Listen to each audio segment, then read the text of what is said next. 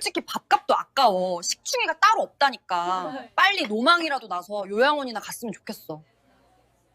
평생을 바쳐온 가족이 자신을 기생충 취급하고 있었다는 끔찍한 진실. 하지만 그녀는 눈물을 흘리는 대신 조용히 현관으로 걸어가 도어락 커버를 열었습니다. 띠리링 경쾌한 소리와 함께 비밀번호가 바뀌고 이중 잠금 장치까지 단단히 걸렸습니다. 잠시 후 콧노래를 부르며 돌아온 며느리는 꿈에도 몰랐을 겁니다. 굳게 닫힌 이 문이 다시는 열리지 않을 것이며 그녀가 누리던 모든 세상도 이 문과 함께 영원히 잠겨버렸다는 사실을 말이죠. 헌신짝처럼 버려진 시어머니의 우아하고도 처절한 핏빛 복수극. 오늘의 사연 시작합니다. 저는 말자 언니네 거실 소파에 앉아 사과를 깎으며 혀를 차고 있었습니다. 현관 앞 전신 거울 앞에서는 며느리 최지은이 화려한 꽃무늬 원피스를 입고 이리저리 몸을 비틀어 보고 있었거든요. 백화점 명품관에서나 볼 법한 가방을 손목에 걸고 콧노래를 흥얼거리는 꼴이 아주 가관이었습니다. 말자 언니는 부엌에서 행주로 식탁을 닦다가 며느리 눈치를 슬쩍 보더군요. 최지은이 거울 속 자신에게 심취해 핸드백을 고쳐 매며 말했습니다. 어머니, 저 오늘 대학 동기들이랑 브런치 약속 있는 거 아시죠? 늦으면 차 막히니까 서둘러야겠어요. 점심은 알아서 대충 챙겨 드세요. 냉장고에 먹다 남은 김치찌개 있을 거예요. 말자 언니가 젖은 손을 앞치마에 문지르며 힘없는 목소리로 대답했습니다. 그래, 조심해서 다녀오너라. 서준이는 유치원 다녀오면 내가 픽업하면 되니? 최지은이 현관문을 열며 대수롭지 않다는 듯 쏘아붙였습니다. 당연하죠. 제가 밥 먹다가 애 데리러 올 순 없잖아요. 아참, 그리고 세탁기 다 돌아가면 건조기에 좀 넣어주세요. 저 옷감 상하니까 구겨지지 않게 바로 꺼내서 걸어주시고요. 다녀올게요. 현관문이 쾅 닫히자마자 저는 깎던 사과를 접시에 탁 내려놓았습니다. 속에서 천불이 나서 견딜 수가 없었거든요. 아유 언니, 저 여우 같은 것을 그냥 보고만 있어? 시어머니한테 밥 차려달라고는 못할 망정 먹다 남은 찌개나 먹으라니? 지는 밖에서 비싼 밥 사 먹으러 가면서 말자 언니가 한숨을 푹 쉬며 소파 옆 청소기를 집어들었습니다. 내버려둬라. 요즘 애들 다 저러고 산다는데 뭐 어쩌겠니? 내가 참고 살아야 집안이 조용하지. 성훈이 녀석 기 안 죽으려면 내가 며느리 비위 맞춰주는 수밖에 없어. 언니는 익숙하게 청소기 코드를 꽂고 거실 바닥을 밀기 시작했습니다. 윙윙거리는 청소기 소리가 언니의 속 타는 마음처럼 시끄럽게 울려 퍼졌습니다. 저는 답답한 마음에 물이라도 한 잔 마시려고 부엌으로 향했죠. 그때였습니다. 말자 언니가 소파 쿠션 틈새를 청소기로 빨아들이다가 무언가 덜그럭거리는 소리에 기계를 멈췄습니다. 쿠션 사이에 며느리가 두고 간 태블릿 PC가 끼어 있었던 겁니다. 어머, 얘 또 이거 두고 갔네. 칠칠 맞기는. 맨날 누워서 이거 보다가 잠들더니. 언니가 고개를 저으며 태블릿을 집어들어 탁자 위에 올려놓으려던 순간이었습니다. 화면이 꺼지지 않았는지 번쩍하고 불빛이 들어왔습니다. 화면에는 노란색 메신저 창이 떠 있었는데 글자 크기가 커서 제 눈에도 내용이 확 들어오더군요. 언니가 무심코 화면을 들여다보다가 그대로 석상처럼 굳어버렸습니다. 청소기 손잡이를 쥔 언니의 손등에 파르르 핏줄이 섰습니다. 제가 놀라서 언니에게 다가가 물었습니다. 언니, 왜 그래? 뭘 봤길래 그래? 말자 언니는 대답도 못하고 입술만 달달 떨며 화면을 저에게 보여주었습니다. 저는 화면 속 대화 내용을 읽어내려가다 말고 헛구역질이 올라올 뻔했습니다. 최지은이 친구들과 나눈 단체 대화방이었습니다. 우리 시어머니? 걱정 마. 오늘 내가 적당히 구슬려 놓고 나왔어. 용돈 안 줘도 칭찬 몇 마디면 알아서 집안일 다 해줘. 완전 무보수 파출부라니까. 크크크 야야, 너네 시어머니 진짜 착하다. 아니, 호구인 건가? 요즘 세상에 그런 시어머니가 어디 있어? 착하긴 무슨. 그냥 늙어서 할 일 없으니까 집안일이라도 하면서 존재감 찾는 거지. 솔직히 밥 먹는 것도 아까워. 식충이가 따로 없다니까. 빨리 노망이라도 나서 요양원이나 갔으면 좋겠어. 그래야 그 집 명예 성훈 씨 앞으로 돌리지. 저는 피가 거꾸로 솟는다는 말이 무슨 뜻인지 그 순간 확실히 알았습니다. 옆에서 언니를 보니 얼굴이 백지장처럼 하얗게 질려 숨도 제대로 못 쉬고 있더군요. 평생 아들 뒷바라지하고 며느리 살림해주며 살아온 세월이 저 몇 줄의 글자로 난도질 당한 겁니다. 저는 당장 주머니에서 제 휴대전화를 꺼냈습니다. 언니, 정신 차려. 지금 울 때가 아니야. 이거 내가 다 찍어 놓을게. 나중에 저것들 앞에서 꼼짝 못하게 증거로 남겨야 해. 제가 카메라 셔터를 눌러대며 화면을 찍는 동안에도 말자 언니는 넋이 나간 사람처럼 서 있었습니다. 눈물이 뚝뚝 떨어져 태블릿 화면 위로 얼룩이 졌습니다. 언니가 떨리는 목소리로 중얼거렸습니다. 내가 파출부라고? 식충이? 내가 지들한테 어떻게 했는데? 내 전 재산 털어서 집 해주고, 손주 봐주고, 아침마다 밥 해먹이고. 말자 언니가 바닥에 주저앉아 가슴을 치며 통곡을 시작했습니다.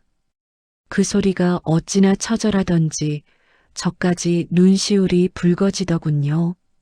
한참을 바닥을 치며 울던 언니가 갑자기 눈물을 쓱 닦더니 벌떡 일어났습니다. 언니의 눈빛이 방금 전과는 완전히 달라져 있었습니다. 마치 딴 사람이 된 것처럼 서늘하고 독한 기운이 뿜어져 나왔죠. 언니가 안방으로 성큼성큼 걸어 들어가더니 며느리의 옷가지가 널려 있는 행거를 노려보았습니다. 짐 쌀 필요도 없다. 내 손 더러워지게 저런 것들 물건을 왜 만져? 언니는 거실로 다시 나와 현관으로 직행했습니다. 저도 영문을 몰라 언니 뒤를 졸졸 따라갔습니다. 말자 언니가 현관 도어락의 건전지 덮개를 거칠게 열어젖혔습니다. 그리고는 등록 버튼을 꾹 눌렀습니다. 언니, 지금 뭐 하는 거야? 제가 묻자 언니가 입술을 꽉 깨물며 대답했습니다. 비밀번호 바꾼다. 이제부터 이 집에 전연발 한 짝도 못 들여놔. 띠리링 하는 경쾌한 설정음과 함께 비밀번호가 변경되었습니다. 하지만 언니는 거기서 멈추지 않았습니다. 현관문 상단에 있는 안전고리까지 걸어 잠그고 바닥에 있는 보조키까지 꾹 눌러 2중, 3중으로 문을 봉쇄해버렸습니다. 철커덕거리는 금속음이 마치 전쟁을 선포하는 대포 소리처럼 들렸습니다. 언니가 거실벽에 붙어있는 인터폰으로 걸어가 전원 스위치를 탁 내려버리며 말했습니다. 이제 시작이야. 누가 이기나 보자. 우리는 거실 불을 모두 끄고 안방으로 들어갔습니다. 블라인드를 살짝 내리고 창문 틈으로 바깥을 감시할 준비를 마쳤죠. 시간은 더디게 흘러갔습니다. 점심시간이 지나고 오후 4시가 넘어가자 아파트 복도에 햇살이 길게 늘어졌습니다. 그때였습니다. 엘리베이터 문이 열리는 소리와 함께 또각또각 구두 굽소리가 들려왔습니다. 최지은이었습니다. 양손에는 백화점 쇼핑백이 주렁주렁 들려 있었고 얼굴에는 기름기가 잘잘 흐르고 있더군요. 친구들이랑 맛있는 거 먹고 수다 떨며 스트레스 풀고 오는 길인 게 분명했습니다. 최지은이 콧노래를 흥얼거리며 도어락 키패드 뚜껑을 올렸습니다. 그리고 익숙하게 손가락을 놀렸죠. 삐삐삐. 삐 경고음이 울렸습니다. 최지은이 고개를 갸웃거리며 혼잣말을 했습니다. 내가 뭘 잘못 눌렀나? 다시 한번 천천히 번호를 누르더군요. 삐삐삐삐삐빅. 또다시 실패 경고음이 날카롭게 울렸습니다. 안방에서 숨죽여 지켜보던 저는 저도 모르게 주먹을 불끈 쥐었습니다. 최지은의 표정이 순식간에 일그러지기 시작했습니다. 쇼핑백을 바닥에 내려놓고 도어락을 손바닥으로 탁탁 치며 소리쳤습니다. 어머니, 저 왔어요. 문이 안 열리네. 안에 계시죠? 당연히 대답은 없었습니다. 말자 언니는 침대에 걸터 앉아 무표정한 얼굴로 허공만 응시하고 있었습니다. 최지은이 짜증이 섞인 목소리로 다시 소리쳤습니다. 어머니, 주무세요? 저 지은이라니까요. 문 좀 열어주시라니까요. 최지은이 초인종을 연타로 눌러댔지만 이미 전원이 꺼진 인터폰은 묵묵부답이었습니다. 점점 화가 난 최지은이 현관문을 발로 쿵쿵 차기 시작했습니다. 복도식 아파트라 소리가 엄청나게 울렸죠. 아니, 진짜 노망이 나셨나? 안에 있는 거 다 아는데 왜 문을 안 열어줘요? 사람 짜증나게 진짜. 그 소란에 옆집 203호 할머니가 문을 빼꼼히 열고 내다보았습니다. 아래층 사는 새댁도 무슨 일인가 싶어 계단으로 올라와 구경하더군요. 최지은은 사람들의 시선이 느껴지자 얼굴이 벌개져서 어쩔 줄을 몰라 했습니다. 쪽팔린 건 아는지 잠시 멈칫하더니 핸드백에서 휴대전화를 꺼내 어디론가 전화를 걸었습니다. 아마 남편 박성훈에게 거는 거겠죠. 최지은이 전화기에 대고 앙칼지게 소리쳤습니다. 여보, 지금 당장 집으로 와봐. 어머니가 문 걸어 잠그고 안 열어줘. 진짜 미치겠다니까? 빨리 오라고. 최지은의 악다구니를 들으며 저는 말자 언니의 손을 꼭 잡았습니다. 언니의 손은 차갑게 식어 있었지만 맞잡은 소나기 힘은 그 어느 때보다 강했습니다. 언니가 낮은 목소리로 움쪼렸습니다. 그래, 실컷 떠들어봐라. 그 입으로 내뱉은 말들이 얼마나 무서운 칼이 되어 돌아오는지 내가 똑똑히 보여줄 테니까. 전쟁은 이제 막 시작되었습니다. 고요한 집안과 소란스러운 집방, 그 얇은 철문 하나를 사이에 두고 팽팽한 긴장감이 감돌았습니다. 1시간쯤 지났을까요? 복도가 떠나가라 쿵쿵거리는 발소리가 들려왔습니다. 안방 문틈으로 숨죽여 지켜보던 저는 마른 침을 꿀꺽 삼켰습니다. 말자 언니는 굳게 닫힌 입술을 파르르 떨며 허공만 응시하고 있었죠. 이윽고 현관문이 부서져라 두들기는 소리가 집안을 울렸습니다. 지은아, 어떻게 된 거야? 엄마가 문을 안 열어주신다고? 박성훈이었습니다. 숨이 턱 끝까지 차올라 헐떡이는 소리가 철문 너머까지 생생하게 전해졌습니다. 최지은이 울먹이는 목소리로 남편에게 매달렸습니다. 여보, 나 무서워 죽는 줄 알았어. 어머니가 아까부터 아무리 불러도 대답이 없으셔. 혹시 안에서 쓰러지신 거 아니야? 아니면 진짜 노망이라도 나서. 박성훈이 그 말에 더 흥분했는지 현관문을 주먹으로 쾅 내리쳤습니다. 엄마, 저 성훈이에요. 문 좀 열어보세요. 안에 계신 거 다 알아요. 장난치지 마시고 얼른 열어요. 당연히 집안은 쥐 죽은 듯 고요했습니다. 박성훈이 거칠게 욕을 내뱉더니 어딘가로 전화를 걸어 관리실 직원을 호출하는 듯 했습니다. 하지만 곧이어 복도에서 실랑이가 벌어졌습니다. 아, 선생님. 이건 댁내 가정사라 저희가 마스터키로 함부로 열어드릴 수가 없습니다. 경찰을 부르시던가 하셔야지. 아니, 내 집 문 내가 열겠다는데 당신이 뭔데 안 된다는 거야? 비키쇼. 내가 알아서 할 테니까. 관리실 직원을 쫓아낸 박성훈이 씩씩거리며 공구함을 뒤지는 소리가 들렸습니다. 콱광, 쾅. 둔탁한 금속음이 도어락을 내리찍기 시작했습니다. 그 끔찍한 소음에 말자 언니가 자리에서 벌떡 일어났습니다. 언니의 눈빛은 더 이상 자식을 기다리는 어미의 눈이 아니었습니다. 마치 전장에 나가는 장수처럼 비장하고 서늘했죠. 언니가 성큼성큼 걸어가 도어락 잠금 해제 버튼을 눌렀습니다. 띠리링 잠금이 풀리는 소리와 함께 언니가 문을 아주 조금, 손가락 하나 들어갈 만큼만 열었습니다. 안전고리는 여전히 단단히 걸려있는 상태였죠. 문틈으로 땀범벅이 된 박성훈의 얼굴이 보였습니다.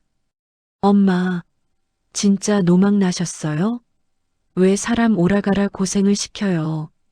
박성훈은 어머니의 안부를 묻기는커녕 대뜸 삿대질부터 해댔습니다. 말자 언니가 차갑게 대꾸했습니다. 노망? 그래, 내가 노망이 나서 그동안 너희 같은 것들을 자식이라고 끼고 살았지. 박성훈이 기가 차다는 듯 헛웃음을 짓더니 문틈 사이로 손을 쑥 집어넣었습니다. 이것 좀 풀고 얘기해요. 동네 창피하게 진짜. 우직근. 박성훈이 힘으로 안전고리를 잡아당기자 낡은 나사가 튕겨나가며 문이 활짝 젖혀졌습니다. 박성훈이 구둣발 그대로 거실로 밀고 들어왔습니다. 뒤따라 들어온 최지은도 팔짱을 낀 채 뾰로통한 얼굴로 시어머니를 노려보더군요. 깨끗하게 닦아놓은 거실 바닥에 시커먼 흙발 자국이 선명하게 찍혔습니다. 말자 언니가 그 발자국을 보며 허탈한 듯 웃었습니다. 그래, 신발 벗을 예의도 없겠지. 여기가 이제 내 집처럼 만만해 보이니? 박성훈이 넥타이를 거칠게 풀어 헤치며 소파에 털썩 주저앉았습니다. 아, 엄마, 도대체 왜 이러시는 건데요? 지은이가 뭐 잘못했어요? 밥 좀 늦게 차려줬다고 이러시는 거예요? 나이 드시더니 진짜 어린애처럼 왜 투정을 부리세요? 투정이라니. 말자 언니는 대답 대신 소파 옆 탁자에 올려두었던 A사 용지 뭉치를 집어들었습니다. 제가 아까 태블릿 PC 화면을 캡처해서 급하게 뽑아다 준 것이었죠. 언니가 종이 뭉치를 박성훈과 최지은의 얼굴을 향해 힘껏 뿌렸습니다. 하얀 종이들이 눈처럼 흩날리며 그들의 머리 위로 떨어져 내렸습니다. 투정? 이게 투정으로 보이니? 내 마누라가 밖에서 나를 뭐라고 씨부리고 다니는지 내 눈으로 똑똑히 봐라. 박성훈이 인상을 쓰며 바닥에 떨어진 종이 한 장을 집어들었습니다. 식충이 무보수 파출부, 노망나서 빨리 죽었으면. 형광펜으로 칠해진 그 끔찍한 단어들을 읽어내려가는 박성훈의 동공이 지진이라도 난 듯 흔들렸습니다. 옆에 있던 최지은도 사색이 되어 입을 틀어막았습니다. 박성훈이 종이를 구겨 쥐며 최지은을 쳐다봤습니다. 너, 이게 다 뭐야? 진짜 친구들한테 엄마 얘기를 이렇게 했어? 최지은이 눈을 도르르 굴리며 변명을 늘어놓기 시작했습니다. 아니, 여보. 그게 아니라 그냥 친구들이랑 농담 따먹기 한 거야. 다들 시댁 스트레스 그렇게 풀잖아. 내가 진짜 어머니 죽으라고 했겠어? 그냥 홧김에. 말이 좀 거칠게 나온 거지. 저는 속으로 저런 앙큼한 년하고 욕을 퍼부었습니다. 그런데 박성훈의 반응이 더 가관이었습니다. 잠시 침묵하던 박성훈이 구겨진 종이를 바닥에 툭 던지더니 오히려 말자 언니를 노려보는 게 아니겠습니까? 엄마, 이거 훔쳐보신 거예요? 아무리 그래도 며느리 사생활을 이렇게 뒤지시면 어떡해요? 이거 범죄인 거 아세요? 말자 언니의 입이 떡 벌어졌습니다. 기가 막혀서 말이 안 나오는 표정이었습니다. 뭐라고? 사생활? 내 마누라가 나보고 식충이라는데 빨리 죽어서 유산이나 내놓으라는데 그게 사생활이야? 박성훈이 귀찮다는 듯 손을 휘휘 저었습니다. 아, 거참. 요즘 젊은 애들 다 그래요. 밖에서 스트레스 받으면 뒷담화도 좀 하고 그러는 거지. 그걸 가지고 죽자고 달려드시면 어떡해요? 지은이가 아기가 있어서 그런 거 아니잖아요. 그리고 솔직히 엄마가 요즘 부쩍 예민하신 것도 사실이잖아요. 저는 더 이상 참을 수가 없었습니다. 이건 폐륜을 넘어서 인간이기를 포기한 짓거리였습니다. 제가 안방문을 벌컥 열고 뛰쳐나갔습니다. 와, 이 천하의 호로자식아. 갑작스러운 제 등장에 박성훈과 최지은이 화들짝 놀라 뒤로 물러섰습니다. 제가 휴대전화를 들이밀며 소리쳤습니다. 너 방금 그 말 내가 다 녹음했다. 어머니 가슴에 대못을 박아도 유분수지. 며느리가 시어머니 보고 죽으라는데 그걸 감싸? 내가 그러고도 자식 새끼야? 박성훈이 얼굴을 찌푸리며 저에게 대들었습니다. 아줌마는 뭐예요? 남의 가정사에 왜 끼어들어서 이래라 저래라 하시는 건데요? 당장 안 나가요? 그때였습니다. 말자 언니가 부엌에서 무언가를 들고 나왔습니다. 커다란 플라스틱 바가지였습니다. 안에는 굵은 소금이 가득 담겨 있었죠. 언니의 눈에서는 더 이상 눈물이 흐르지 않았습니다. 가정사? 그래, 오늘부로 너희는 내 가족 아니다. 내 집에서 당장 꺼져. 차. 언니가 소금 바가지를 그들에게 힘껏 뿌렸습니다. 굵은 소금 알갱이들이 박성훈과 최지은의 얼굴과 몸을 강타했습니다. 아, 어머니, 미쳤어요? 닥쳐라. 어디서 시어미한테 말대꾸야. 너희 같은 것들은 자식도 아니야. 잡기만도 못한 것들.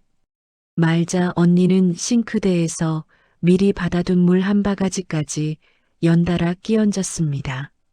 물이 튀면서 최지은의 명품 원피스와 박성훈의 양복이 흠뻑 젖어버렸습니다. 물에 빠진 생쥐꼴이 된 두 사람은 허우적거리며 현관 쪽으로 뒷걸음질 쳤습니다.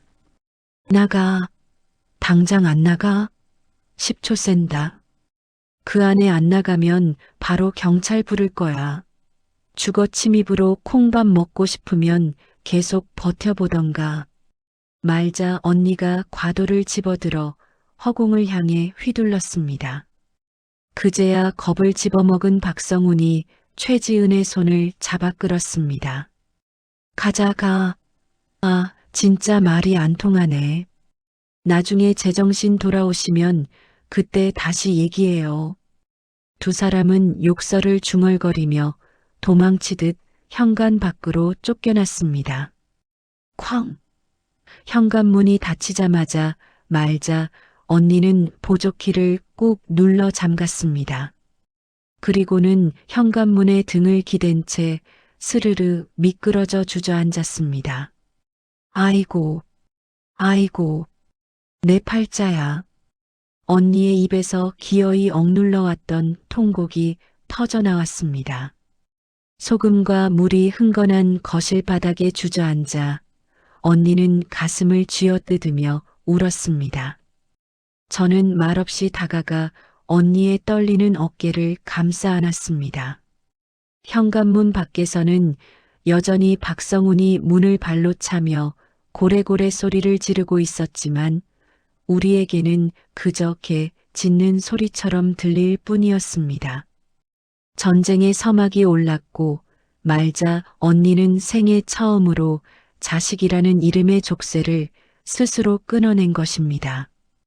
다음 날 아침 7시였습니다. 밤새 말자 언니 곁을 지키다 잠깐 눈을 붙이고 일어난 저는 습관처럼 인터폰 화면을 켰습니다. 세상에 그 독한 것들이 아직도 복도에 죽치고 앉아 있더군요. 박성우는 셔츠 단추가 뜯어진 채 졸고 있고 최지은은 떡진 머리를 하고 쭈그려 앉아 휴대전화만 만지작거리고 있었습니다. 어제 그 기세등등하던 모습은 온데간데 없고 영락없는 노숙자 꼴이었습니다. 제가 혀를 차며 언니에게 말했습니다. 언니, 쟤네 아직도 저러고 있어. 아주 징글징글하네. 경찰에 다시 신고해야 하는 거 아니야? 말자 언니가 찻잔을 내려놓으며 힘없는 목소리로 대답했습니다. 나더라. 올 때가 됐어. 그때였습니다. 엘리베이터 문이 딩동하고 열리더니 말끔한 정장 차림의 중년 남자가 내렸습니다. 강준 변호사였습니다. 언니가 남편 사후 유산 문제로 골머리를 앓을 때 인연을 맺은 사람이었죠. 강 변호사가 복도에 널브러진 두 사람 앞에 딱 멈춰 섰습니다. 박성훈이 부스스한 눈으로 그를 올려다보며 신경질을 냈습니다. 당신 뭐야? 왜 남의 집 앞에 서서 쳐다봐? 강 변호사가 안경을 고쳤으며 차분하게 말했습니다. 박성훈 씨, 최지은 씨 맞습니까? 저는 김말자 씨의 법률 대리인 강준 변호사입니다. 변호사라는 말에 최지은이 화들짝 놀라 일어났습니다. 박성훈이 코웃음을 쳤습니다. 변호사? 엄마가 변호사를 샀다고? 웃기고 있네. 우리 엄마가 돈이 어디 있어서 변호사를 써? 당신 사기꾼이지? 엄마 쌈짓돈 뜯어먹으려는 제비족 아니야? 저는 당장이라도 나가서 저 입을 꿰매버리고 싶었습니다. 하지만 강 변호사는 눈 하나 깜짝하지 않고 서류 봉투를 꺼내더군요. 말씀 삼가십시오. 여기 김말자 씨의 위임장과 신탁 원부입니다. 어제부로 이 아파트를 포함한 김말자 씨의 모든 자산은 저희 법무법인이 관리하게 되었습니다. 즉, 두 분은 지금 타인의 소유물을 무단 점거하고 계신 겁니다. 박성훈이 서류를 낚아채듯 읽어보더니 인상을 썼습니다. 신탁? 이게 뭔 소리야? 그러니까 이 집이 이제 엄마 거가 아니라는 거야? 소유권은 신탁회사로 넘어갔고 김말자 씨의 허락 없이는 아들인 당신이라도 들어갈 수 없다는 뜻입니다. 그때 옆에서 서류를 훔쳐보던 최지은의 눈이 휘둥그레졌습니다. 등기부 등본에 적힌 자산 목록을 본 모양이었습니다. 이 아파트뿐만 아니라 언니가 남편에게 물려받아 묵혀두었던 경기도 땅과 상가 건물이 줄줄이 적혀 있었거든요. 최지은이 떨리는 목소리로 물었습니다. 저기, 변호사님? 여기 적힌 거 다 어머님 명의였어요? 이 상가 건물만 해도 시세가. 강 변호사가 딱딱하게 대답했습니다. 현재 시세로 환산하면 수십억 원대에 이릅니다. 김말자 씨는 자녀분들의 자립을 위해 알리지 않으셨던 것 같습니다만 이제 모든 관리는 제가 합니다. 그 순간 최지은의 다리가 풀렸는지 휘청거리더군요. 시어머니를 식충이라 무시했던 게 얼마나 큰 실수였는지 뼈저리게 느낀 얼굴이었습니다. 반면 박성우는 상황 파악이 안 되는지 소리를 질렀습니다. 웃기지 마. 이거 다 조작이야. 우리 엄마가 무슨 빌딩이 있어? 야, 너네 엄마 꼬드겨서 재산 가로채려는 거지? 경찰 부를 거야. 박성훈이 112에 신고를 했고 곧 경찰관 2명이 도착했습니다. 박성훈이 경찰에게 달려가 삿대질을 했습니다.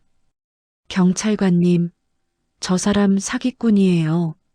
서류 위조해서 우리 엄마 집 뺏으려고 한다고요. 경찰관이 난처한 표정으로 강 변호사를 바라보았습니다. 강 변호사가 명함을 건네며 설명했습니다. 저는 집주인의 변호사입니다. 이 두 사람은 퇴거 요청에도 불구하고 밤새 문 앞을 막고 업무를 방해하고 있습니다. 경찰관이 박성훈에게 물었습니다. 선생님, 거주자랑 무슨 사이십니까? 아들이에요, 아들. 아들이 엄마 집에 오는데 무슨 주거 침입이에요? 경찰관이 한숨을 쉬며 말했습니다. 아이고, 선생님. 가족 분쟁은 저희가 개입하기 애매합니다. 일단 대화로 푸시고 좀 조용히 하세요. 경찰은 대수롭지 않다는 듯 돌아가려 했습니다. 그때 강 변호사가 단호하게 경찰을 불러 세웠습니다. 경관님, 단순한 가족 문제가 아닙니다. 이 집은 법적으로 신탁된 법인 관리 자산입니다. 관리 주체인 제가 명시적으로 퇴거를 요청했는데도 불응하면 이건 명백한 건조물 침입죄입니다. 현행범 체포 가능합니다. 강 변호사가 신탁 계약서를 경찰 눈앞에 들이밀었습니다. 서류를 훑어본 경찰관의 표정이 싹 바뀌었습니다. 단순한 부모 자식 싸움이 아니라 법적인 재산권 문제가 얽혀 있다는 걸 직감한 거죠. 경찰관이 박성훈의 팔을 잡았습니다. 선생님, 상황이 다르네요. 법적 관리인이 퇴거를 요청하고 있습니다. 계속 이러시면 진짜 체포됩니다. 나가시죠. 뭐라고요? 아니, 내 집이라니까. 등기부상 선생님 집 아니잖아요. 빨리 이동하세요. 경찰관이 박성훈을 끌어내기 시작했습니다. 그제야 사태를 파악한 최지은의 태세 전환은 빛보다 빨랐습니다. 수십억 자산이 눈앞에서 날아가는 걸 목격한 며느리가 경찰을 뿌리치고 인터폰 카메라에 얼굴을 들이밀었습니다. 어머님, 어머니, 저지은이에요. 제가 잘못했어요. 문 좀 열어주세요. 성훈 씨가 철이 없어서 그런 거지. 제 맘 아시잖아요. 저는 안방 모니터로 그 꼴을 보며 헛웃음이 나왔습니다. 어제까지만 해도 욕을 퍼붓던 입에서 저렇게 간드러지는 목소리가 나오다니요. 말자 언니는 커튼 뒤에 숨어 그 모습을 차갑게 내려다보고 있었습니다. 어머니, 저 임신했을지도 몰라요. 손주 보고 싶지 않으세요? 네, 제가 건물 관리 잘할게요. 저 경영학과 나왔잖아요. 거짓말도 가지가지였습니다. 강 변호사가 눈짓을 보내자 경찰들이 두 사람을 양쪽에서 결박했습니다. 자, 그만하시고 나갑시다. 이거 이거 놓으라고. 엄마, 여보, 당신 뭐해? 어머니한테 빌라고. 으앙. 복도가 떠나가라 비명을 지르며 두 사람이 질질 끌려갔습니다. 엘리베이터 문이 닫히고 그들의 악다구니가 사라지자 복도에는 다시 고요가 찾아왔습니다. 강 변호사가 현관문을 향해 가볍게 목례를 했습니다. 그제야 말자 언니가 도어락을 열고 문을 활짝 젖혔습니다. 정리되었습니다, 여사님. 말자 언니는 대답 대신 신발장에 챙겨두었던 100리터짜리 쓰레기 봉투 2개를 집어들었습니다. 어제 제가 쌌던 박성훈과 최지은의 짐이었습니다. 언니는 그 무거운 봉투를 질질 끌고 나가 복도 한 구석에 패대기 쳤습니다. 강 변호사님, 수고하셨어요. 이거 재활용도 안 되는 쓰레기들이라 내다 버리는 겁니다. 혹시라도 다시 찾아오면 이거 들고 꺼지라고 전해주세요. 언니의 목소리는 건조하고 단호했습니다. 강 변호사가 옅은 미소를 지으며 고개를 끄덕였습니다. 명심하겠습니다. 접근 금지 신청도 바로 진행하겠습니다. 언니가 다시 문을 닫았습니다. 철컥. 육중한 철문이 닫히는 소리가 마치 거대한 성벽의 문이 닫히는 것처럼 웅장하게 들렸습니다. 언니가 현관에 기대어 깊은 숨을 토해냈습니다. 언니 잘했어. 진짜 잘했어. 제가 다가가 손을 잡자 언니가 제 손등을 쓰다듬으며 말했습니다. 이제 시작이야. 내 인생, 이제 진짜 내 거야. 쓰레기 봉투 옆에 덩그러니 남겨진 그들의 흔적처럼 말자 언니의 마음속에서도 자식이라는 짐이 완전히 버려진 아침이었습니다. 그날의 소란이 있고 난 뒤 벌써 한 달이라는 시간이 흘렀습니다. 말자 언니는 아들 내외를 내치고 나서 한동안 알아누웠습니다. 아무리 밉고 독한 자식이라도 제 속으로 나온 핏줄을 끊어내는 게 어디 쉬운 일이겠습니까? 하지만 저는 언니가 이대로 시들어가는 걸 두고 볼 수 없었습니다. 그래서 억지로 언니 손을 끌고 백화점 문화센터 요리교실에 등록해버렸죠. 아유, 귀찮다니까. 내가 평생 부엌에서 칼질만 하다 늙었는데 돈 내고 또 칼질을 하라고? 언니는 입이 대빨 나왔지만 막상 앞치마를 두르니 눈빛이 달라지더군요. 오늘 메뉴는 궁중 잡채였습니다. 젊은 강사가 계량 스푼으로 간장 몇 미리, 설탕 몇 그램 하며 가르치는데 언니는 코웃음을 치더군요. 저렇게 해서 무슨 깊은 맛이 나니? 음식은 손맛이지. 언니는 강사가 시키는 대로 안 하고 남은 자투리 채소랑 양념을 슥슥 섞어 언니 식대로 버무리기 시작했습니다. 강사가 만든 잡채와 언니가 만든 잡채가 나란히 놓이자 수강생들이 웅성거리며 모여들었습니다. 한 아주머니가 언니가 만든 잡채를 한 젓가락 맛보더니 눈이 휘둥그레졌습니다. 어머, 세상에. 이거 간이 어쩜 이렇게 딱 맞아? 선생님 거보다 훨씬 맛있는데? 옆에 있던 새댁도 거들었습니다. 진짜요. 입에 착착 감기는 게 우리 시골 할머니가 해주던 맛이에요. 아주머니, 비결이 뭐예요? 말자 언니는 쑥스러운지 앞치마에 손을 닦으며 웃었습니다. 비결은 무슨, 그냥 간장 좀 더 넣고 마지막에 참기름 두르고 손으로 조물조물한 거지. 강사 얼굴이 울그락불그락해졌지만 수강생들은 이미 언니 주변으로 몰려들어 레시피를 물어보느라 정신이 없었습니다. 그때였습니다. 강의실 맨 뒤에서 팔짱을 끼고 지켜보던 중년 여성이 조용히 다가왔습니다. 옷차림이며 머리 모양이며 한눈에 봐도 귀티가 흐르는 분이었죠. 그 여성이 언니에게 정중하게 물었습니다. 실례가 안 된다면 저도 맛을 좀 볼 수 있을까요? 언니가 얼떨떨해하며 젓가락을 건넸습니다. 여성은 잡채를 아주 조금 집어 입에 넣고 오물오물 씹더니 눈을 감고 음미하더군요. 잠시 후 눈을 뜬 여성의 얼굴에 환한 미소가 번졌습니다. 그녀가 지갑에서 명함 한 장을 꺼내 언니에게 내밀었습니다. 안녕하세요. 저는 바른 먹거리의 대표 한정숙입니다. 명함에는 이름만 대면 알만한 유명 식품회사 로고가 박혀 있었습니다. 저랑 언니는 눈이 둥그렇게 돼서 서로 쳐다봤죠.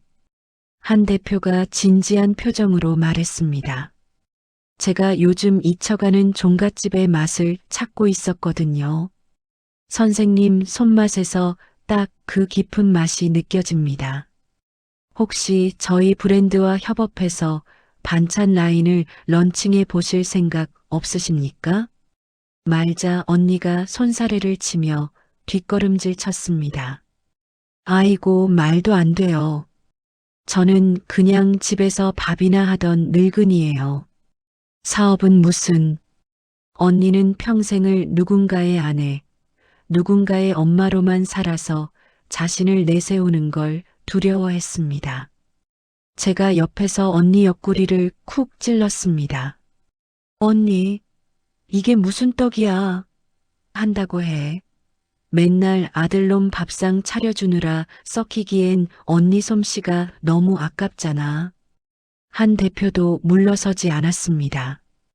부담 갖지 마시고 한번 테스트만이라도 받아보세요. 제가 보기에 선생님은 원석입니다. 다듬으면 보석이 될 거예요. 그날 밤 언니는 밤새 잠을 뒤척였습니다. 다음 날 아침 언니가 부은 눈으로 저에게 말했습니다. 나 한번 해볼까? 죽기 전에 내 이름 석자 박힌 반찬 하나 남기는 것도 나쁘지 않겠지? 며칠 뒤 우리는 한 대표네 회사 테스트 키친으로 갔습니다. 심사위원들이 쫙 깔려 있고 분위기가 살벌하더군요. 하지만 언니는 도마 앞에 서자 언제 그랬냐는 듯 능숙하게 칼을 잡았습니다. 언니가 만든 깻잎장아찌, 멸치볶음, 그리고 문제의 그 잡채가 접시에 담겼습니다.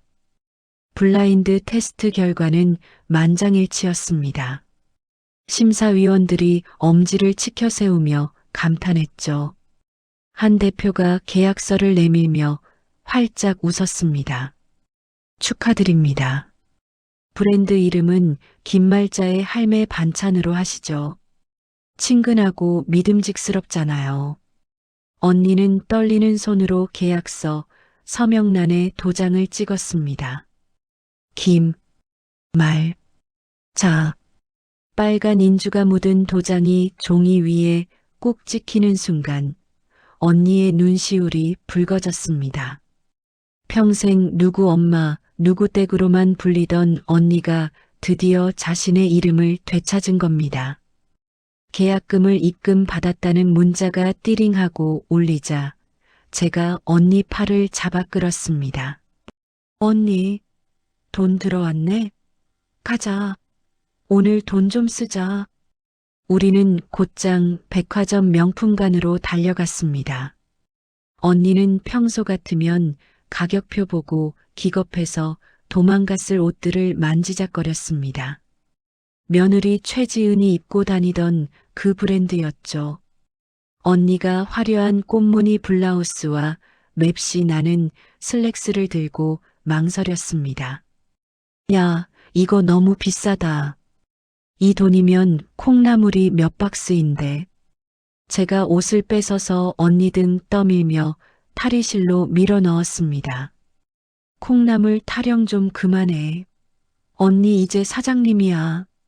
이 정도 입을 자격 충분하다고. 잠시 후 탈의실 커튼이 열리고 언니가 나왔습니다. 거울 앞에 선 언니는 딴 사람 같았습니다. 허리가 굽은 주눅든 노인이 아니라 세련되고 당당한 중년 여성이 서 있었습니다. 언니가 거울 속 자신을 어색하게 쓰다듬으며 물었습니다. 나, 괜찮니? 너무 주책 맞아 보이지 않아? 주책은 무슨, 진작 이렇게 입고 살았어야지. 너무 곱다, 우리 언니. 언니는 거울을 보다가 갑자기 눈물을 뚝뚝 흘렸습니다. 슬퍼서가 아니라 지난 세월 자신이 너무 초라하게 살았던 게 억울하고 또 한편으론 기뻐서 흘리는 눈물이었습니다. 언니가 눈물을 훔치며 점원에게 카드를 내밀었습니다. 이걸로 주세요. 일시불로요. 쇼핑을 마친 우리는 백화점 꼭대기층에 있는 고급 레스토랑으로 갔습니다. 창가 자리에 앉아 비싼 코스 요리를 시키고 와인도 한 병 땄습니다. 창밖으로 도시의 야경이 반짝거리고 우리 앞에는 근사한 음식이 차려졌습니다. 언니가 와인 잔을 들고 말했습니다. 고맙다. 내 덕분에 내가 이런 호강을 다 누려본다. 저도 잔을 부딪히며 웃었습니다. 언니 복이야. 그동안 고생한 거 보상받는 거라고 생각해. 언니가 와인을 한 모금 마시더니 먼 곳을 응시하며 나직하게 말했습니다. 성훈이 그놈. 내가 해준 밥 지겹다고 투정 부렸었지. 이제는 먹고 싶어도 못 먹을 거다. 내 밥은 이제 돈 주고 사 먹어야 하니까. 우리는 깔깔거리며 웃었습니다. 통쾌한 웃음소리가 레스토랑 안에 울려 퍼졌습니다. 절망의 끝에서 만난 운명 같은 기회. 그것은 단순히 돈을 버는 것이 아니라 짓밟혔던 자존감을 회복하는 과정이었습니다. 말자 언니의 얼굴에서 그늘이 사라지고 소녀 같은 홍조가 피어올랐습니다. 이게 바로 인생 이막의 시작이구나 싶었습니다. 하지만 호사다마라고 했던가요? 가장 행복한 순간에 또 다른 그림자가 다가오고 있다는 걸 그때 우리는 까맣게 모르고 있었습니다. 계절이 2번 바뀌고 6개월이라는 시간이 흘렀습니다. 상암동의 번쩍거리는 홈쇼핑 스튜디오. 저는 무대 뒤편 모니터룸에서 마른 침을 삼키며 화면을 지켜보고 있었습니다. 카메라 앞에 선 말자 언니는 더 이상 주눅든 시어머니가 아니었습니다. 하얀 조리복을 단정하게 입고 짙은 화장을 한 채 카메라를 응시하는 눈빛은 베테랑 배우처럼 빛났죠. 쇼호스트가 목에 핏대를 세우며 소리쳤습니다. 여러분, 지금 주문 전화가 폭주하고 있습니다. ARS 연결이 지연될 정도예요. 김말자 선생님, 이 깻잎 김치 맛의 비결이 대체 뭔가요? 말자 언니가 능숙하게 깻잎 한 장을 집어들어 갓 지은 쌀밥 위에 척 얹으며 말했습니다. 비결이랄 게 뭐 있나요? 내 새끼들 먹인다는 마음으로 좋은 간장 달여서 한 장 한 장 씻어 담근 정성이지요. 그 내 새끼들이라는 말에 진심이 묻어나서일까요? 화면 하단에 있는 실시간 주문 그래프가 천장을 뚫을 기세로 치솟았습니다. PD가 헤드셋을 끼고 손가락으로 카운트다운을 시작했습니다. 매진 임박, 매진 임박 10초 전. 쇼호스트가 발을 동동 구르며 외쳤습니다. 아, 지금 들리시나요? 매진입니다. 김말자의 할매 반찬 런칭 방송, 전량 매진되었습니다. 스튜디오에 와 하는 함성이 터져 나왔습니다. 조명이 꺼지자마자 저는 무대 위로 뛰어 올라가 언니를 와락 껴안았습니다. 언니, 해냈어. 대박이야, 대박. 30분 만에 다 팔렸대. 말자 언니는 다리가 풀렸는지 주저앉으면서도 입가에는 웃음이 떠나질 않았습니다. 아이고, 나 진짜 심장 떨려 죽는 줄 알았다. 이게 진짜 다 팔린 거니? 꿈 아니지? 꿈은 무슨. 언니 이제 돈방석에 앉는 거야. 한정숙 대표가 꽃다발을 들고 뛰어와 언니에게 안겼습니다. 선생님, 정말 대단하십니다. 서버가 다운될 뻔했대요. 당장 공장 라인 증설해야겠어요. 그날 이후 말자 언니의 인생은 그야말로 180도 바뀌었습니다. 길거리를 지나가면 사람들이 어머, 반찬 할머니 아니야? 하며 알아보고 사인을 요청했죠. 인터넷 커뮤니티에서는 언니를 국민 할머니, 간말자라고 부르며 찬양하는 글이 도배되었습니다. 특히 언니가 유명 토크쇼에 나가서 덤덤하게 풀어놓은 인생 이야기는 전국을 울음바다로 만들었습니다. 언니는 방송에서 며느리와 아들의 이름을 밝히지는 않았지만 그동안 당했던 서러움을 숨김없이 털어놓았거든요. 평생 가족 뒷바라지만 했어요. 내 이름도 잊고 살았지. 그런데 어느 날 며느리가 친구들한테 나를 식충이라고 하더군요. 그때 깨달았어요. 아, 내가 호구였구나. 그래서 다 내려놓고 나왔습니다. 방송이 나가자마자 네티즌 수사대가 움직이기 시작했습니다. 식충이 며느리 신상 털기, 폐륜 아들 찾기가 실시간 검색어에 올랐죠. 며칠 뒤 강준 변호사가 사무실로 찾아와 통쾌한 소식을 전해주었습니다. 여사님, 축하드릴 일이 하나 더 있습니다. 말자 언니가 찻잔을 내려놓으며 물었습니다. 뭔데요? 또 계약건인가요? 강 변호사가 옅은 미소를 지으며 태블릿 PC를 내밀었습니다. 아드님과 며느님 소식입니다. 화면에는 박성훈이 다니던 회사 게시판 캡처 사진이 떠 있었습니다. 우리 회사 박 대리, 방송에 나온 그 폐륜 아들 맞음. 회사 이미지 망치지 말고 나가라. 강 변호사가 안경을 고쳤으며 설명했습니다. 방송 나가고 나서 신상이 털리는 바람에 박성훈 씨는 회사에서 권고사직을 당했습니다. 며느님인 최지은 씨도 맘카페에서 매장당해서 동네 밖으로 나오지도 못하는 신세고요. 듣자 하니 월세도 못 내서 보증금 까먹고 고시원으로 쫓겨났다고 하더군요. 저는 그 말을 듣고 박수를 쳤습니다. 어머, 꼴 좋다. 인과응보지, 인과응보야. 좁아터진 고시원에서 컵라면이나 먹고 있겠네. 말자 언니는 잠시 말이 없다가 씁쓸한 표정으로 창밖을 바라보았습니다. 그래, 지들이 뿌린 씨앗, 지들이 거두는 거지. 내 알 바 아니다. 언니는 이제 정말로 미련을 털어버린 듯 했습니다. 그리고 드디어 대망의 이사 날이 다가왔습니다. 언니가 사업 수익으로 계약한 곳은 한강이 한눈에 내려다 보이는 최고급 주상복합 아파트, 그것도 펜트하우스였습니다.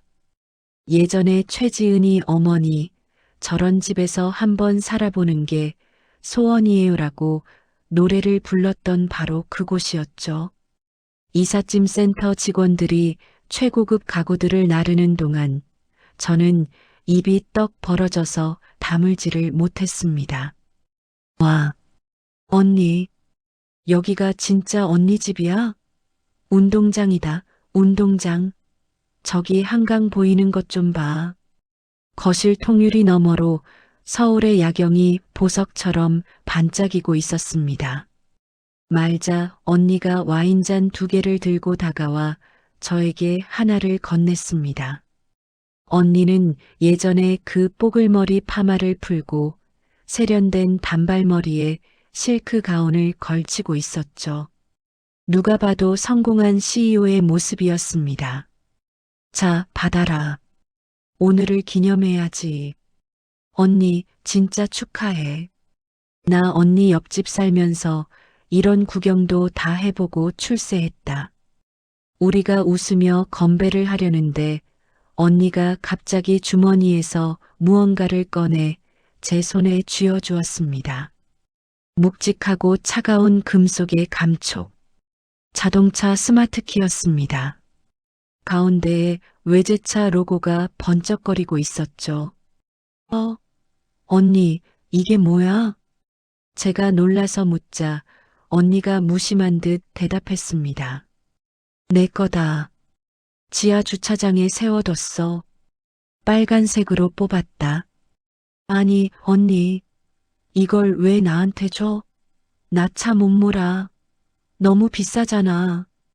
언니가 제 손을 꼭 잡으며 눈을 맞췄습니다. 너 아니었으면 나 아직도 그 집구석에서 식충이 소리 들으면서 살고 있었을 거야. 내가 태블릿 발견해주고, 짐 싸주고, 내 옆에서 울어주고, 내가 내 은인이야. 이 정도 받을 자격 차고 넘쳐. 언니의 눈에 물기가 어렸습니다. 저도 모르게 눈물이 터져 나왔습니다. 언니, 나 진짜 고마워. 나 평생 언니 기사 노릇할게. 어디든 가자.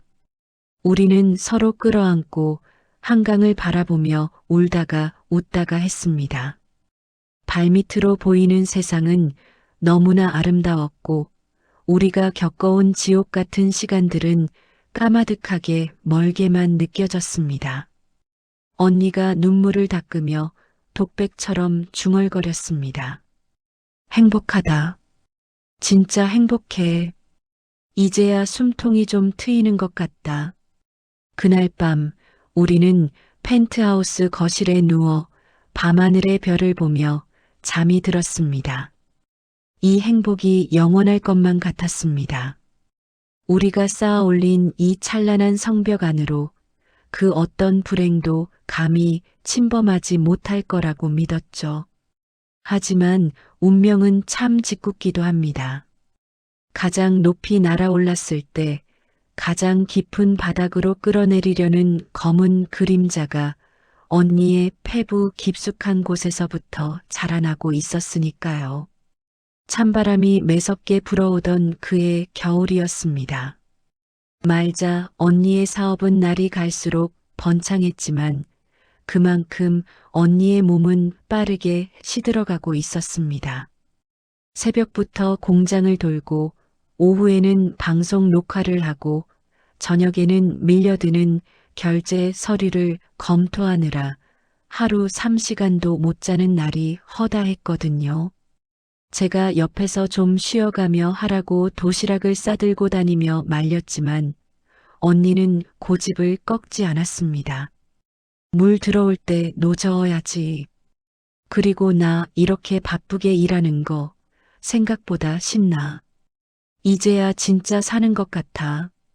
언니는 링거 투혼을 발휘하며 웃어 보였지만 그 얼굴은 흑빛으로 변해가고 있었습니다. 사단은 기어이 터지고 말았습니다. 경기도 이천에 있는 제2공장 부지를 시찰하러 갔던 날이었습니다. 현장 소장의 브리핑을 듣던 언니가 갑자기 가슴을 부여잡으며 휘청거렸습니다. 회장님, 괜찮으십니까? 제가 놀라서 부축하려는데 언니의 입에서 쿨럭하는 소리와 함께 붉은 선혈이 튀어나왔습니다. 하얀 눈밭 위로 붉은 피가 흩뿌려지는 그 끔찍한 광경에 저는 비명조차 지르지 못했습니다. 언니, 말자 언니. 언니는 제 이름을 부르지도 못한 채 그대로 의식을 잃고 쓰러졌습니다. 구급차 사이렌 소리가 요란하게 울리고 우리는 서울의 대학병원 응급실로 이송되었습니다. 응급실 복도에 앉아 초조하게 기다리는 제 손은 덜덜 떨리고 있었습니다. 한참 뒤에 나온 의사의 표정은 심각했습니다. 보호자분 되십니까? 환자분 상태가 아주 안 좋습니다. 과로로 인한 급성 폐렴이 폐혈증으로 번졌습니다. 면역력이 바닥이라 장기 부전까지 올 수 있는 위험한 상황입니다. 마음의 준비를 하셔야 할 수도 있습니다. 저는 하늘이 무너지는 것만 같았습니다. 이제 겨우 살만해졌는데, 이제 겨우 행복해졌는데 죽다니요. 언니는 산소 호흡기를 쓴 채 중환자실로 옮겨졌고 기사가 터졌습니다. 국민 할머니 김말자 과로로 쓰러져. 위독한 상태 뉴스가 나가자마자 병원 로비는 기자들로 북새통을 이뤘습니다. 그런데 기자들 틈을 비집고 나타난 불청객들이 있었습니다. 박성훈과 최지은이었습니다. 두 사람은 며칠 못 씻은 듯 꾀재재한 몰골이었지만 눈빛만은 굶주린 하이에나처럼 번들거리고 있었습니다. 그들은 어머니의 안부를 묻기는커녕 안내 데스크 직원에게 고래고래 소리를 지르고 있었습니다. 내 엄마라니까. 아들이 엄마 면회 가는데 왜 막아? 당신들 뭐야? 제가 달려나가 그들의 앞을 막아섰습니다. 여기가 어디라고 와? 당장 안 꺼져? 박성훈이 저를 보자마자 비열한 웃음을 흘렸습니다. 아, 아줌마. 잘 만났네. 우리 엄마 죽어가는데 옆집 아줌마가 보호자 노릇하는 건 좀 아니지 않나? 이제 핏줄인 내가 알아서 할 테니까 비키쇼. 최지은도 옆에서 거들었습니다. 맞아요. 아주머니는 법적으로 아무 관계도 아니잖아요. 괜히 유산 노리고 알짱거리지 마시고 빠지세요. 어쩜 저렇게 천박할 수 있을까요? 사람이 죽어가는데 유산 이야기부터 꺼내는 저들이 정녕 사람이란 말입니까? 제가 몸으로 병실문을 막으며 소리쳤습니다. 유산? 꿈 깨라. 언니가 너희 줄 돈 10원 한 장도 안 남겼어. 강 변호사님이 다 알아서 하실 거야. 강 변호사라는 말에 박성훈의 표정이 일순간 굳어졌습니다. 그는 품 안에서 꼬깃꼬깃한 서류 봉투 하나를 꺼내 들었습니다. 손에는 빨간 인주가 묻은 도장까지 들려 있더군요. 그러니까 그 변호사 오기 전에 처리해야지. 비켜. 박성훈이 저를 힘껏 밀쳤습니다. 저는 바닥에 나뒹굴며 팔꿈치를 찧었습니다. 그 틈을 타 박성훈과 최지은이 중환자실 문을 열고 안으로 뛰어들었습니다. 저도 악을 쓰며 기어들어가 뒤를 쫓았습니다. 병실 안 말자 언니는 각종 기계 장치에 둘러싸여 가쁜 숨을 몰아쉬고 있었습니다. 의식은 희미하게 있는 듯 눈꺼풀이 파르르 떨리고 있었죠. 박성훈이 침대 곁으로 다가가 언니의 얼굴을 내려다보았습니다. 걱정이나 슬픔 따위는 전혀 없는 오직 탐욕만이 가득한 눈빛이었습니다. 엄마, 저 성훈이에요. 제 말 들리죠? 말자 언니가 힘겹게 눈을 떠 아들을 바라보았습니다. 산소 마스크 안에 서린 김 때문에 언니의 표정은 잘 보이지 않았습니다. 박성훈이 서류를 펼쳐 침대 위에 올렸습니다. 재산관리 및 처분 위임장 큼지막한 글씨가 제 눈에 들어왔습니다. 엄마, 이거 하나만 찍으면 돼요. 엄마 아프시니까 제가 대신 회사랑 재산 관리해 드릴게요. 그 변호사놈 믿지 마세요. 걔가 엄마 돈 다 꿀꺽하려는 사기꾼이라니까요. 아들이 해야죠, 아들이. 박성훈이 언니의 손을 억지로 잡아 끌었습니다. 링거 바늘이 꽂힌 언니의 손등 혈관이 도드라졌습니다. 언니가 미약하게 고개를 저으며 손을 빼내려 했습니다. 하지만 건장한 성인 남자의 힘을 당해낼 재간이 없었죠. 옆에서 최지은이 망을 보며 발을 동동 구르고 있었습니다. 여보, 빨리 해. 의사 오기 전에 빨리 찍으라고.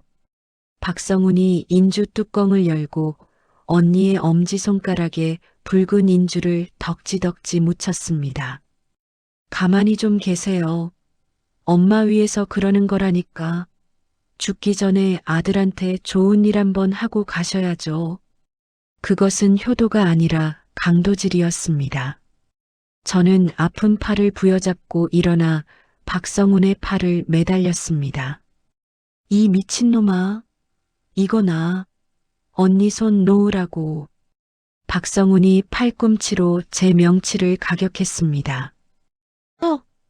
소리와 함께 저는 다시 바닥으로 쓰러졌습니다. 숨이 턱 막혀 말이 나오지 않았습니다. 박성훈은 아랑곳하지 않고 언니의 손가락을 서류의 서명란으로 가져갔습니다. 말자 언니의 눈에서 주르륵 눈물이 흘러내려 베개를 적셨습니다. 산소 마스크 안에서 언니가 무언가 웅얼거렸지만 씩씩거리는 기계 소리에 묻혀 들리지 않았습니다. 그 순간이었습니다. 언니의 호흡이 급격히 거칠어지기 시작했습니다. 가슴이 크게 들썩거리더니 침대 옆에 있는 심전도 모니터에서 요란한 경고음이 울리기 시작했습니다. 삐삐삐삐. 숫자들이 미친 듯이 춤을 추고 그래프 파형이 불규칙하게 요동쳤습니다. 혈압이 뚝 떨어지고 산소 포화도 수치가 곤두박질 쳤습니다. 그 소리에 놀란 박성훈이 멈칫하며 뒤로 물러섰습니다. 언니의 손이 힘없이 침대 시트 위로 툭 떨어졌습니다. 붉은 인주가 하얀 시트에 핏자국처럼 선명하게 번졌습니다. 최지은이 비명을 질렀습니다. 어머, 왜 이래? 죽는 거 아니야? 여보, 어떡해. 저는 바닥을 기어 침대 머리맡에 있는 빨간색 비상 호출벨을 손바닥으로 마구 눌렀습니다. 살려주세요. 여기 사람 죽어요. 의사 선생님. 병실 문이 쾅 열리며 파란색 수술복을 입은 의료진들이 우르르 쏟아져 들어왔습니다. 선두에 선 의사가 모니터를 확인하더니 다급하게 외쳤습니다. 코드 블루, 코드 블루. 심정지 올 수 있습니다. 에피네프린 준비하고 삽관 세트 가져와요. 간호사들이 침대 주변을 에워싸고 분주하게 움직였습니다. 보호자분들 비키세요. 나가세요. 의료진의 고함 소리와 기계음, 그리고 죽음의 그림자가 뒤섞인 병실은 아수라장이 되었습니다. 박성훈은 그 와중에도 위조 서류를 챙겨 주머니에 쑤셔 넣으며 뒷걸음질 쳤습니다. 사람이, 아니 자식이 부모의 목숨보다 종이 쪼가리를 더 챙기는 그 모습에 저는 온몸에 소름이 돋았습니다. 의사가 언니의 가슴을 압박하며 심폐소생술을 시작했습니다. 쿵, 쿵, 쿵, 쿵. 규칙적인 압박 소리가 제 심장까지 짓누르는 것 같았습니다. 저는 간호사에게 떠밀려 구석으로 밀려나면서도 언니의 창백한 얼굴에서 눈을 뗄 수 없었습니다. 제발, 제발 살아만 달라고. 저 악마들에게 보란 듯이 일어나 달라고. 기도하고 또 기도했지만 모니터의 붉은 숫자는 야속하게도 계속해서 떨어지고만 있었습니다. 비키세요. 제세동기 충전. 물러서세요. 의사의 다급한 외침과 함께 쾅 하는 소리가 병실을 울렸습니다. 전기 충격기가 말자 언니의 가슴 위로 내려앉을 때마다 제 심장도 덜컥 내려앉는 것 같았습니다. 언니의 몸이 활처럼 휘어졌다가 침대 위로 툭 떨어졌습니다. 저는 구석에 쭈그리고 앉아 두 손을 모으고 비명 같은 기도를 올렸습니다. 제발이요. 언니, 제발 눈 좀 떠봐. 이렇게 가면 안 돼. 억울해서 어떻게 가. 의료진이 필사적으로 심폐소생술을 하는 사이 병실은 그야말로 아수라장이었습니다. 그런데 그 혼란한 틈을 다 슬금슬금 뒷걸음질 치는 그림자가 있었습니다. 바로 박성훈과 최지은이었습니다. 박성훈은 언니의 지장이 찍힌 위조 서류를 양복 안주머니에 쑤셔 넣으며 최지은의 손을 잡아 끌고 있었습니다. 야, 튀어. 경찰 오기 전에 나가야 돼. 아, 알았어. 어머님, 어떻게 되는 거 아니야? 지금 그게 문제야? 일단 서류 챙겼으니까 빨리 나가자고. 두 사람은 바닥에 주저앉아 있는 저를 밟다시피 하며 병실 문 쪽으로 달아났습니다. 저는 쫓아가고 싶었지만 다리가 풀려 일어날 수조차 없었습니다. 그들이 병실 문을 벌컥 열어젖힌 순간이었습니다. 어디 가십니까? 문 밖에는 저승사자보다 더 무서운 얼굴을 한 남자가 버티고 서 있었습니다. 강준 변호사였습니다. 그의 뒤에는 제복을 입은 경찰관들과 법원 집행관들이 병풍처럼 서서 입구를 완전히 봉쇄하고 있었습니다. 박성훈이 소스라치게 놀라 뒷걸음질 쳤습니다. 강 변호사? 당신이 여길 어떻게 해? 강 변호사는 대답 대신 박성훈의 멱살을 잡고 거칠게 밀어붙였습니다. 평소의 냉철한 모습은 온데간데 없고 눈에서 불꽃이 튀고 있었죠. 강 변호사가 박성훈의 안주머니에 손을 집어넣더니 꼬깃꼬깃한 서류 뭉치를 낚아챘습니다. 붉은 인주가 번진 재산관리 위임장. 그것을 확인한 강 변호사의 얼굴이 싸늘하게 굳어졌습니다. 이게 뭡니까? 의식불명인 환자의 손을 강제로 끌어다가 지장을 찍어 당신들이 그러고도 사람입니까? 박성훈이 얼굴이 하얗게 질려 더듬거렸습니다. 아니. 그게 아니라 엄마가 찍으라고 해서 효도하려고. 효도? 사문서 위조에 특수절도 미수 그리고 존속상해까지. 효도가 아니라 범죄라고 하는 겁니다. 강 변호사가 경찰관에게 서류를 넘기며 고개를 끄덕였습니다. 경찰관들이 순식간에 박성훈과 최지은의 팔을 꺾어 제압했습니다. 철커덕. 차가운 수갑이 그들의 손목에 채워졌습니다. 최지은이 발악하며 소리를 질렀습니다. 이거 이거 놓으라고. 내가 누군 줄 알아? 나 임신부야. 임산부한테 이러면 안 되잖아.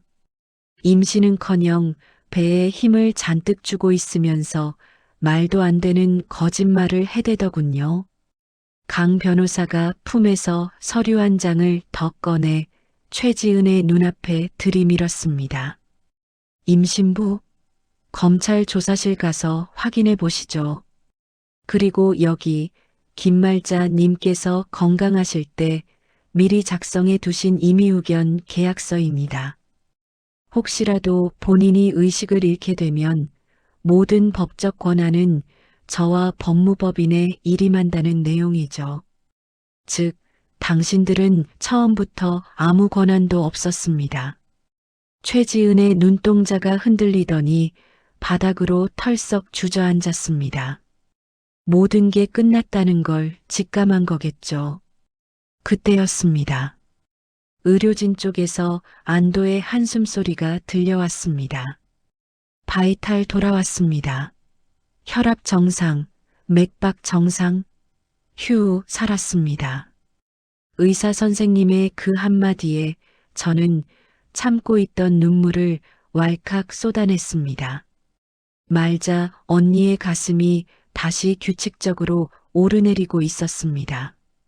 경찰에게 끌려나가던 박성훈이 그 소리를 듣고 고개를 돌렸습니다.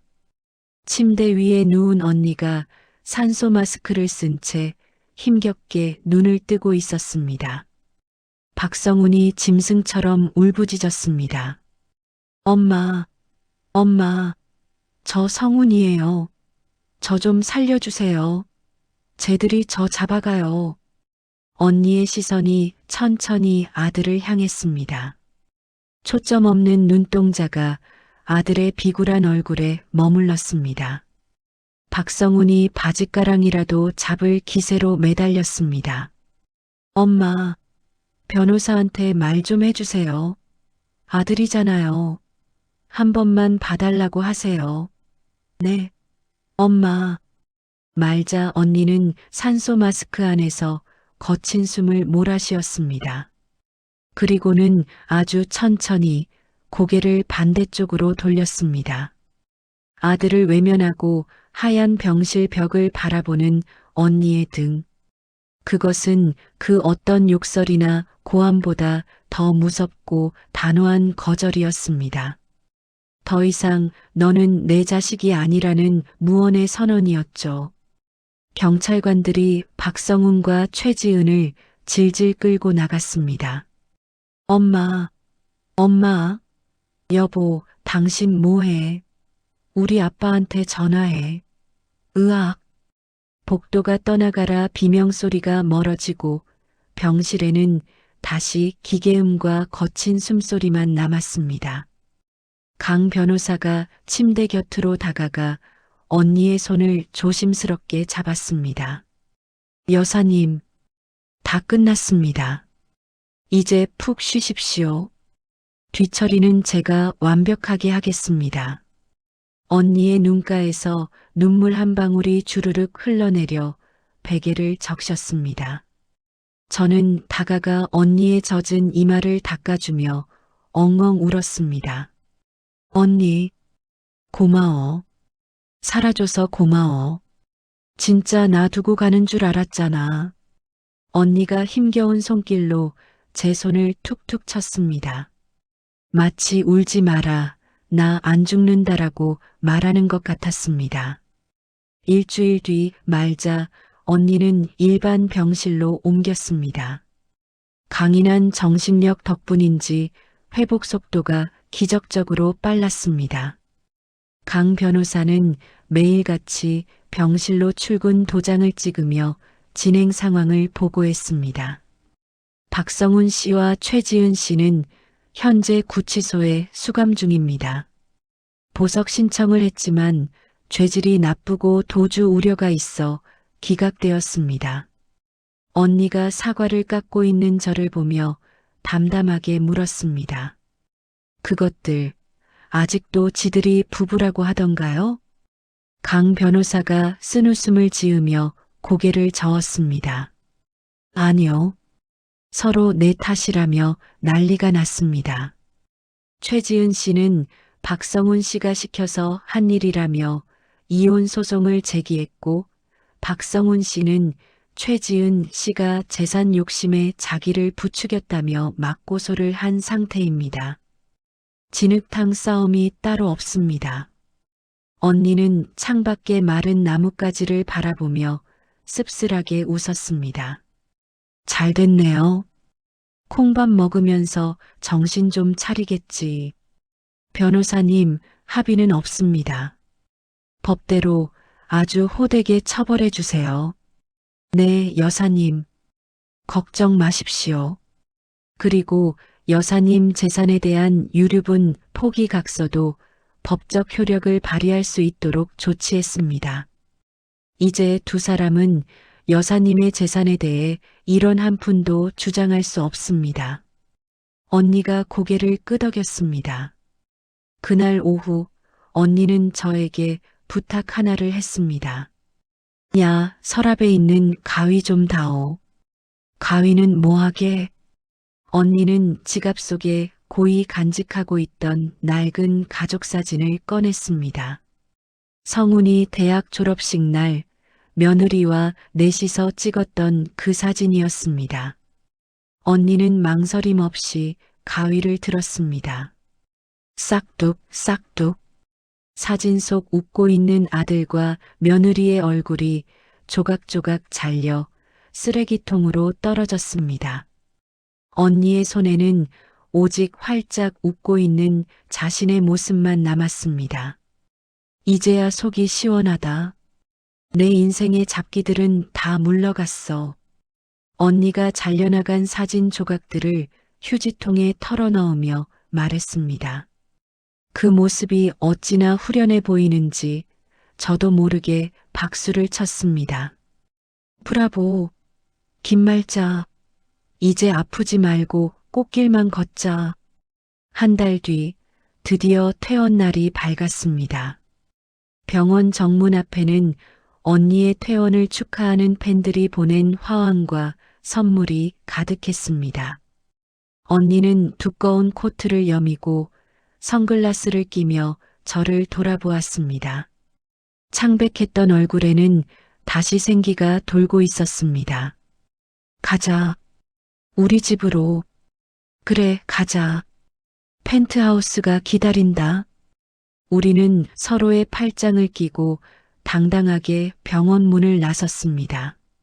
차가운 겨울바람이 불어왔지만 우리 두 사람의 발걸음은 봄날의 소풍을 가는 아이들처럼 가볍기만 했습니다. 이제 정말 모든 것이 제자리로 돌아왔습니다. 아니, 더 완벽한 자리로 나아갈 준비가 끝난 것이죠. 어느덧 해가 바뀌고 계절이 다시 한 바퀴를 돌아 1년이라는 시간이 흘렀습니다. 세상은 참 빠르고 비정하게 돌아가더군요. 한때 인터넷을 뜨겁게 달궜던 국민 할머니 폐륜 아들 사건도 이제는 사람들의 기억 속에서 희미해져 갔습니다. 하지만 그 사건의 당사자들은 평생 지울 수 없는 낙인을 안고 살아가게 되었죠. 박성우는 사문서 위조 혐의로 징역형의 집행유예를 선고받았습니다. 정과자라는 빨간 줄이 그어진 30대 남자를 받아주는 회사는 대한민국 어디에도 없었습니다. 들리는 소문으로는 낮에는 택배 상하차 알바를 하고 밤에는 대리운전을 하며 고시원을 전전한다고 하더군요. 그 잘나빠진 자존심은 이미 바닥에 내팽개친 지 오래일 겁니다. 최지은은 더 비참했습니다. 박성훈과는 서로 내 탓이라며 머리채 잡고 싸우다가 결국 진흙탕 이혼을 했습니다. 위자료 청구 소송에 시달리다 못해 친정으로 도망쳤지만 친정 부모님조차 동네 망신 다 시킨다며 문전박대했다고 하네요. 동네 마트 캐셔라도 해보려고 했지만 마스크를 써도 알아보는 사람들이 수군거리는 통에 하루 만에 그만뒀다는 얘기도 들려왔습니다. 인과응보, 자업자득, 옛말 틀린 거 하나 없다더니 남의 눈에 눈물 내면 제 눈에는 피눈물 난다는 말이 딱 그 짝이었습니다.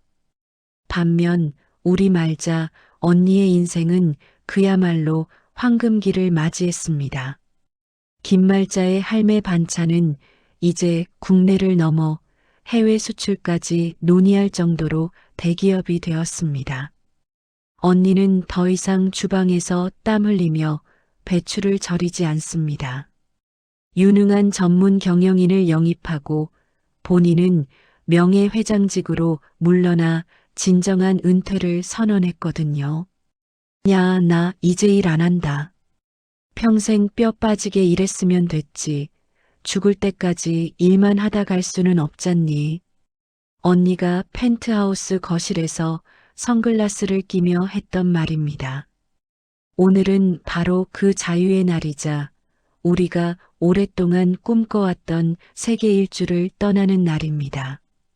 거실 한가운데에는 커다란 이민 가방 2개가 입을 떡 벌리고 있었습니다.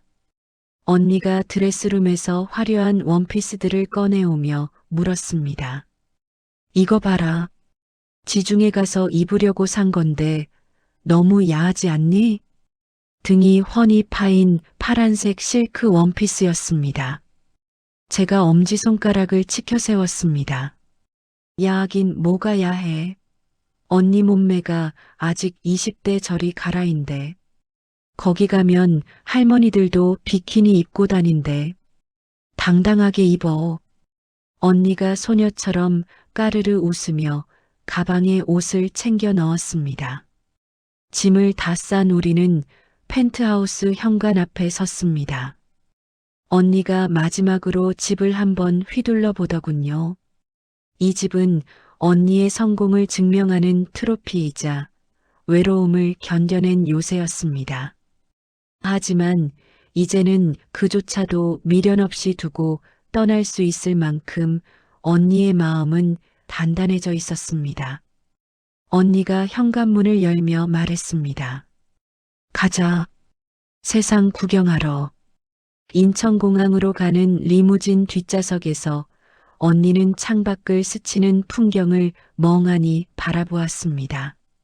무슨 생각을 하는지 표정이 사뭇 진지해 보였습니다. 제가 조심스럽게 물었습니다. 언니 무슨 생각해? 혹시 걔네들 생각나? 언니가 피식 웃으며 고개를 저었습니다. 아니, 걔네들이 왜 생각나니? 그냥 내 지난 청춘이 생각나서 그런다. 시집와서 시어머니 모시고 남편 뒷바라지하고 애 키우느라 비행기 한 번 못 타봤잖아.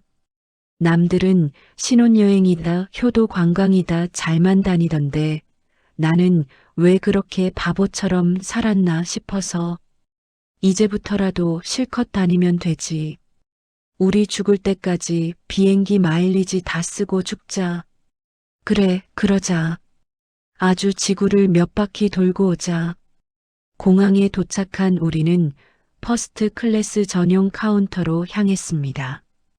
직원이 공손하게 티켓을 발권해주는 동안 언니는 여권을 만지작거리며 감격스러워했습니다. 생애 첫 여권. 그 안에 찍힌 도장 하나 없지만 이제 곧 전 세계의 도장으로 가득 채워질 여권이었습니다. 비행기에 탑승하자 승무원이 웰컴 샴페인을 가져다 주었습니다. 넓은 좌석에 다리를 쭉 뻗고 누운 언니가 샴페인 잔을 들고 말했습니다. 야, 좋다. 돈이 좋긴 좋구나. 구름 위에서 술도 마시고. 언니, 촌스럽게 왜 그래? 익숙한 척해. 우리는 낄낄거리며 건배를 했습니다. 비행기가 굉음을 내며 활주로를 박차고 올랐습니다. 창밖으로 작아지는 서울 시내를 내려다보며 언니는 긴 한숨과 함께 묵은 체증을 다 뱉어냈습니다. 그곳에는 언니를 괴롭히던 지긋지긋한 가난도, 고된 노동도, 그리고 배신감도 더 이상 존재하지 않았습니다. 오직 파란 하늘과 자유만이 우리를 기다리고 있었죠. 며칠 뒤 우리는 지중해의 어느 항구에서 크루즈선에 올랐습니다. 빌딩만 한 거대한 배가 쪽빛 바다 위에 떠 있었습니다. 갑판 위에는 수영장이 있고 밤마다 파티가 열리는 그야말로 꿈의 궁전이었습니다. 우리는 선베드에 누워 모히또를 마시며 따뜻한 햇살을 즐겼습니다. 지중해의 바람은 서울의 칼바람과는 달리 부드럽고 달콤했습니다. 언니가 선글라스를 이마 위로 올리며 말했습니다. 야, 나 여기서 살고 싶다. 한국 안 가고 그냥 여기서 늙어 죽으면 안 되나? 무슨 소리야? 아직 가볼 데가 얼마나 많은데. 파리도 가야 하고 뉴욕도 가야지. 저녁이 되자 갑판 위에서는 댄스 파티가 열렸습니다. 라이브 밴드가 감미로운 재즈 음악을 연주하고 사람들은 턱시도와 드레스를 입고 춤을 추고 있었습니다.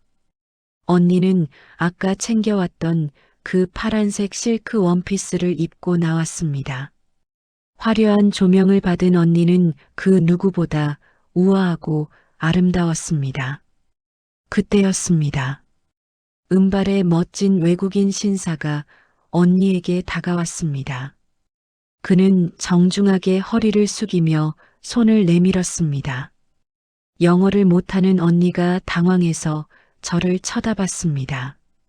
야, 얘 뭐라는 거니? 제가 웃으며 통역해 주었습니다. 춤추자는데? 언니 맘에 든대.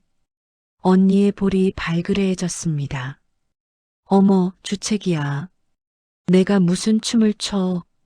라고 말하면서도 언니의 손은 이미 그 신사의 손 위에 올려져 있었습니다.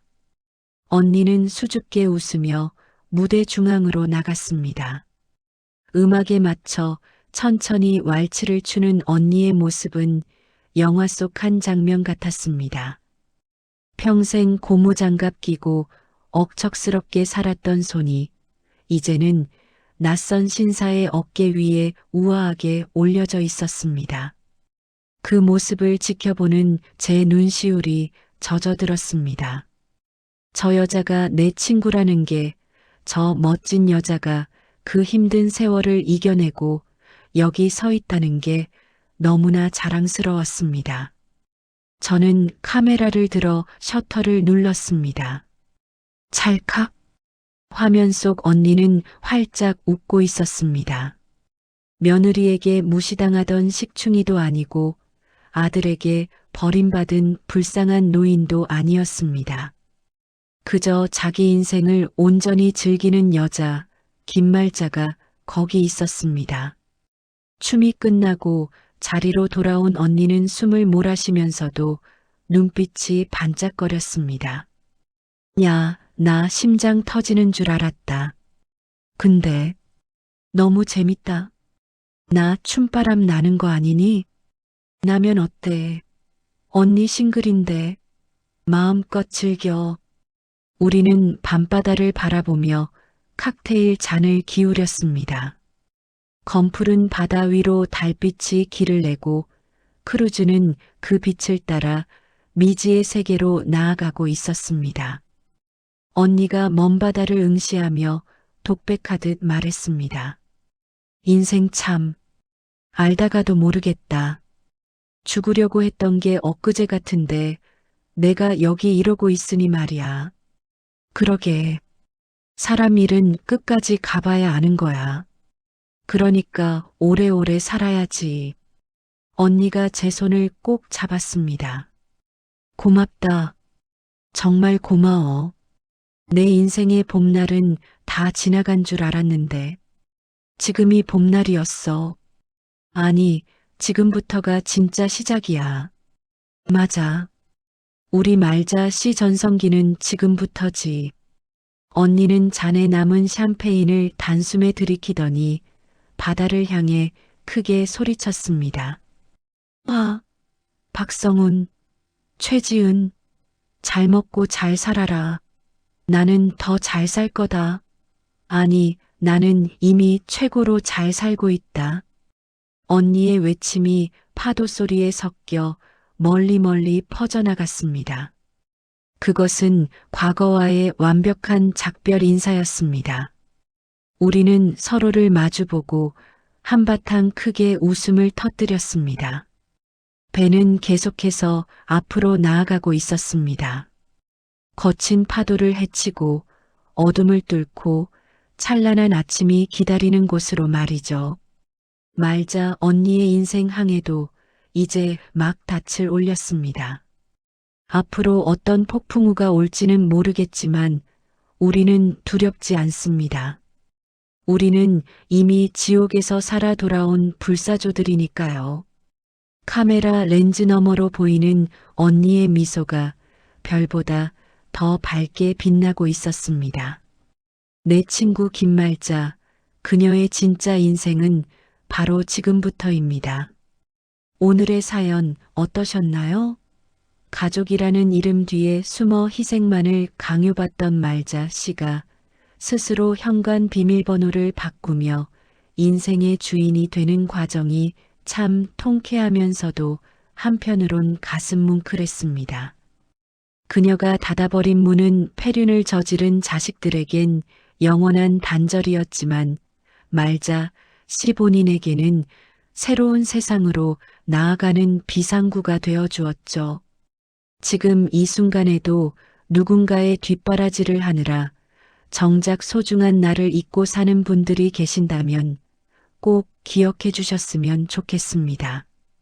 인생의 진짜 봄날은 나이가 아니라 내가 나를 사랑하기 시작한 그 순간 찾아온다는 것을요. 지중해의 푸른 바다 위에서 멋진 왈츠를 추고 있을 말자 씨처럼 여러분의 삶에도 가슴 뛰는 설렘과 당당한 행복이 가득하기를 응원합니다.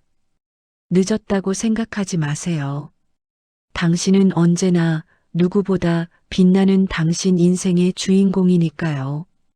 이야기를 끝까지 들어주신 분이 계시다면 잘 들었다고 댓글 하나만 남겨주세요. 감사합니다.